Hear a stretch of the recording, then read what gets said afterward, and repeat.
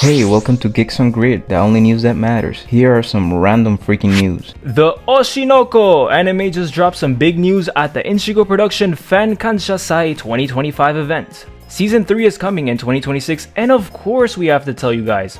Or did you really think we would leave our anime fanbase without any new, and they teased it with a visual of Ruby looking as dramatic as ever?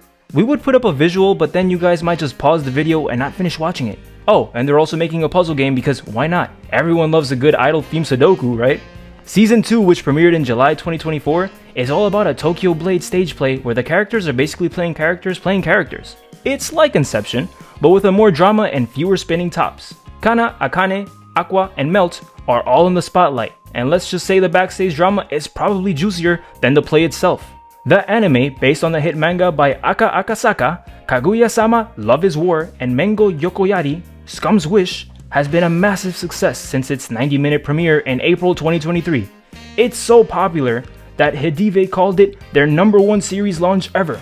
Not a bad story about a gynecologist who gets way too involved with his favorite idol's life. Yes, you read that right. The manga wrapped up in November 2024 after a wild ride. And it's got awards, nominations, and over 3 million copies in circulation. It's even inspired a live-action series and movie because apparently one medium wasn't enough to contain all the idol chaos. There's also a stage play adaptation because why not add more layers to this already meta story? So if you're into idols, drama, and puzzles, Oshinoko has you covered. Borderlands 4. Yeah, you heard that right. We have some news about the games you nerds at home are patiently waiting to stroke it to. But wait, there's a catch. While it seems like open world games are popping out left and right, in 2025 Borderlands says they're gonna give you something like it but not entirely so touch based now. Gearbox has been dropping hints about Borderlands 4, and it sounds like they're aiming for a more open and free experience compared to Borderlands 3. Randy Pitchford, the studio's boss, mentioned that Borderlands 3 felt a bit compartmentalized with its multiple planets, but Borderlands 4 will be the most open yet. That said, don't expect it to be a typical open world game with boring filler like Ubisoft Towers. Instead, it'll have seamless travel between zones, side missions, and new ways to explore, like hoverbikes and grappling hooks. The game seems to be set on a single planet, and maybe its moon, called Kairos, which is darker and more serious than Pandora, but still packed with the weird humor and chaos that makes Borderlands what it is.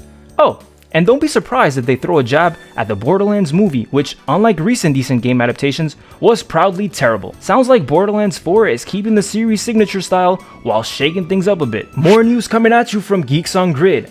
I hope we haven't left anyone waiting for too long, but on the topic of things that are long, and no, this isn't a segue to male genitalia, Defender's Quest 2 is out after a long decade of waiting, and for those of you who are unfamiliar, Defender's Quest 2 Mists of Ruin is a throwback to the golden days of tower defense games.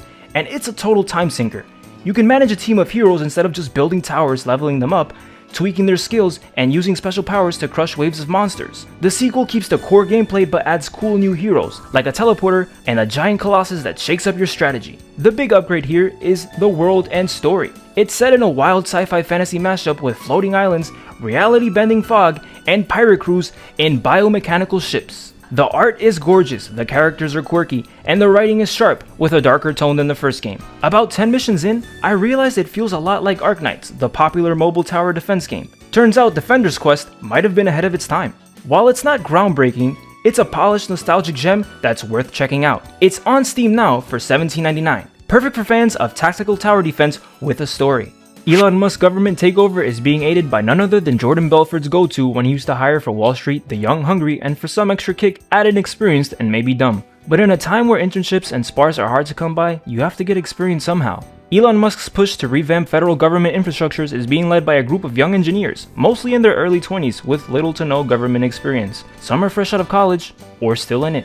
Many have ties to Musk or his associate Peter Thiel, who's known for his anti-democracy stance. These 6 engineers, Akash Baba, Edward Kornstein, Luke Ferriter, Gautier Cole-Killen, Gavin Kligger, and Ethan Sheltran are working on Musk's Department of Government Efficiency, DOGE, a project aimed at modernizing federal tech. Their roles are vague, and at least one of them might be volunteering. Wired reached out to them and relevant agencies for comments, but no one responded. It's a bold move relying on such a young, inexperienced team for such a big task. Dub, a new app founded by 23-year-old Harvard dropout Stephen Wang, is trying to shake up investing by blending social media and finance. Think of it as TikTok meets Wall Street. And no, we're not